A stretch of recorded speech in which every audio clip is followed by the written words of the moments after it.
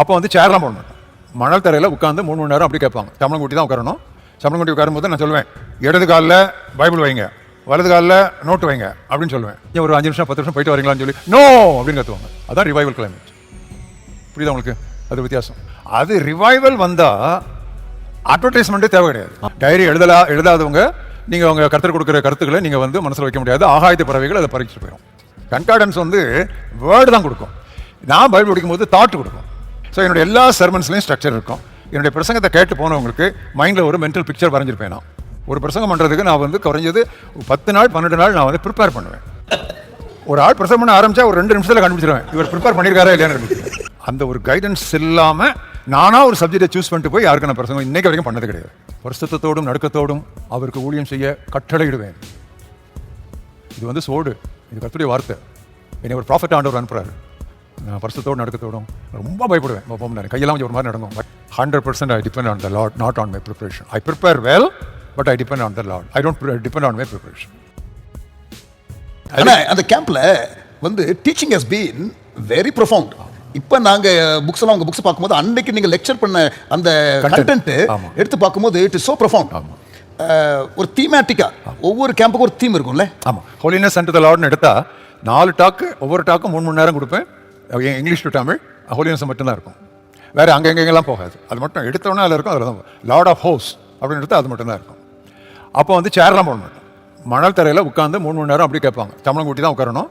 சம்பளம் கூட்டி உட்காரும்போது நான் சொல்லுவேன், இடது காலில் பைபிள் வைங்க, வலது காலில் நோட்டு வைங்க அப்படின்னு சொல்லுவேன். 3 மணி நேரம் உட்காந்து கேட்பாங்க. 1.5 மணி நேரம் ஆனோடனே எனக்கே கொஞ்சம் ரெஸ்ட் ரூம் போகணும் போல இருக்கும். ஸோ மெதுவாக கேட்பேன், கொஞ்சம் ஒரு 5 நிமிஷம் 10 நிமிஷம் போயிட்டு வரீங்களான்னு சொல்லி நோ அப்படின்னு கற்றுவாங்க. அதான் ரிவைவல் கிளைமேட். புரியுதா உங்களுக்கு? அது வித்தியாசம். அது ரிவைவல் வந்தால் அட்வர்டைஸ்மெண்ட்டே தேவை கிடையாது. ஆமென்.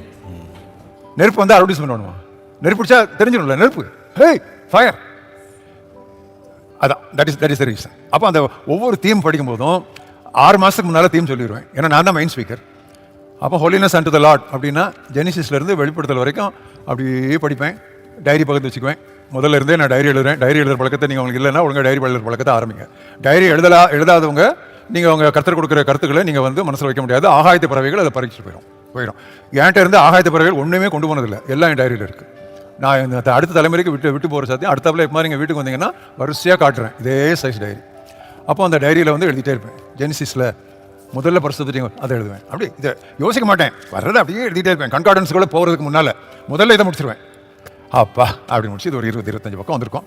பிறகு கன்கார்டன்ஸ் எடுப்பேன். முதல்ல கன்கார்டன்ஸ் எடுக்க மாட்டேன். கன்கார்டன்ஸ் வந்து வேர்டு தான் கொடுக்கும். நான் பைபிள் படிக்கும்போது தாட்டு கொடுக்கும்.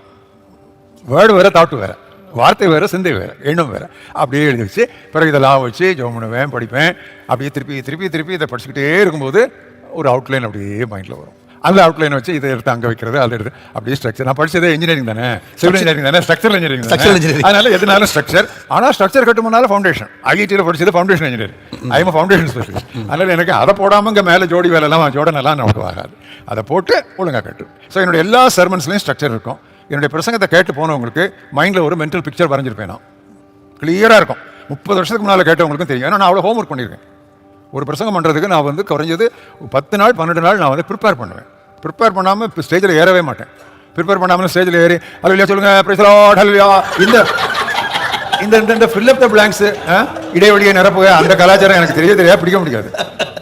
ஒரு ஆள் பிரசங்கம் பண்ண ஆரம்பித்தா ஒரு 2 நிமிஷத்தில் கண்டுபிடிச்சிருவேன் இவர் ப்ரிப்பேர் பண்ணியிருக்காரா இல்லையான்னு கண்டுபிடிச்சிருவேன். கிளியராக கண்டுபிடிச்சிருவேன். சும்மா கதை ஓட்டுவாங்க.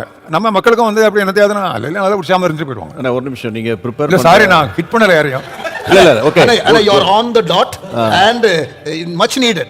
Speak it. நீங்கள் அந்த அளவுக்கு ப்ரிப்பேர் பண்ணுறீங்களா?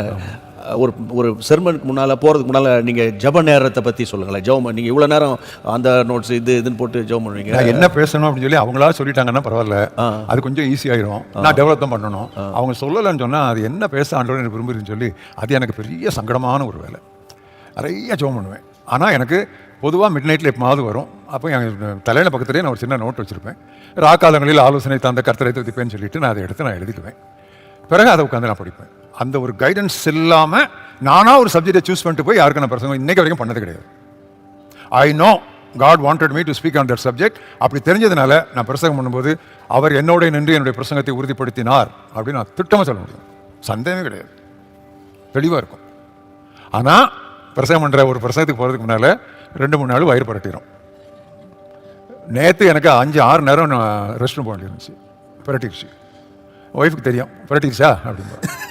கிட்டத்தட்ட ஒரு 60 வருஷமாக நான் பிரசங்கம் பண்ணுறேன். இன்றைக்கும் இந்த கூட்டத்துக்கு வர்றதுக்கு முன்னால் நான் ரொம்ப வயிறு அப்செட் ஆகிடுச்சு. ஏன்னா அது புரட்டிடுது, அந்த ஃபுல் பாடி ஃபுல் சிஸ்டமே வந்து அதுக்குள்ளே போயிடுது. இது என்னடா இப்படி இவ்வளோ அனுபவம் பெருத்த பிறகு கூட இப்படி வயிறு புரட்டுது அப்படின்னு சொல்லி நான் நினச்சிட்டு இருந்தேன். ஆம்ஸ்டர்டாம் 83 பெல்லிகிராம் கான்ஃபரன்ஸுக்கு போயிருந்தோம். நான், சாது செல்லப்பா, ஜீவானந்தம், சாம் கமலேசன், பிரகாஷ் ஜெயசூரியான், சாமியல் கணேஷ் எல்லோரும் நாங்கள் போயிருந்தோம். அப்போ ஒரு நாள் பெல்லிகிராம் பேசும்போது ஓப்பன் கொஸ்டின் கேட்க சொன்னாங்க. 5000 preachers from all over the world open question கேட்க சொன்னாங்க. அப்போ ஒரு ஆள் கேட்டாங்க, இத்தனை வருஷம் பிரசவம் பண்ணல உங்களுக்கு நல்ல கான்ஃபிடென்ட்டாக இஷ்டத்துக்கும் பேசுகிறீங்களா அப்படின்னா. அப்போ அவர் சொன்னார், கையை எடுத்து காட்டினார், இத்தனை வருஷம் பிரசவம் பண்ணியிருக்கேன், ஒவ்வொரு தடவை நான் புல்பிட்டு ஏறுமுனாலும் என் கை வேர்க்கும்னாரு. எதுக்கும் கை தட்டாதவங்க நாங்கள் எல்லாரும் எளிமை கை தட்டினோம். அன்னைக்கு எனக்கு செய்தி கிடைச்சிருச்சு, அவருக்கே கை வேர்க்குன்னா எனக்கு வயிறு புரட்டலாம் படிச்சு. வருஷத்தோடும் நடுக்கத்தோடும் அவருக்கு ஊழியம் செய்ய கட்டளையிடுவேன். இது வந்து சோடு, இது கர்த்தருடைய வார்த்தை. என்னை ஒரு ப்ராஃபட் ஆண்டவர் அனுப்புகிறாரு. நான் வருஷத்தோடு நடுக்கத்தோடும் ரொம்ப பயப்படுவேன். போனாலும் கையெல்லாம் கொஞ்சம் ஒரு மாதிரி நடக்கும், பைபிள் எடுக்கும்போது நடக்கும். அங்கே ஏறி பேசினப்போ ஆரம்பித்த பிறகு தான் எனக்கு கொஞ்சம் ஒரு இது. ஸோ உங்கள் கேள்வி question, 100% I depend on the Lord, not on my preparation. I prepare well, but I depend on the Lord. I don't depend on my preparation. என்னுடைய ஆயத்தத்தில் நான் நம்பிக்கை வைப்பதல்ல, சார்ந்திருப்பதில்லை. கர்த்தர் மேலே தான் சார்ந்திருக்கிறேன். கர்த்தர் மேலே சார்ந்திருக்கிறேன்னு சொல்லி ஆயத்தம் பண்ணாமல் விடுறது. எஸ்கியூஸ் மீ, இப்போ ஒரு 7 பாயிண்ட் நீங்கள் ப்ரிப்பேர் பண்ணுறீங்க. பொதுவாக 7 தான் ஆயத்தப்படுத்திட்டீங்க. ஆனால் அந்த 7ஐயும் சொல்லிடணுன்ற மாதிரி நிற்பீங்களா, அல்லது திடீர்னு மூவ் ஆஃப் த ஸ்பிரிட் வந்து உங்களை நிறுத்தி இந்த இடத்துல ஒரு ஜபத்தை நம்ம நடத்துவோம் அப்படின்னு? இப்போது I am very open and flexible, very flexible. அதெல்லாம் ரொம்ப சாதாரணம்.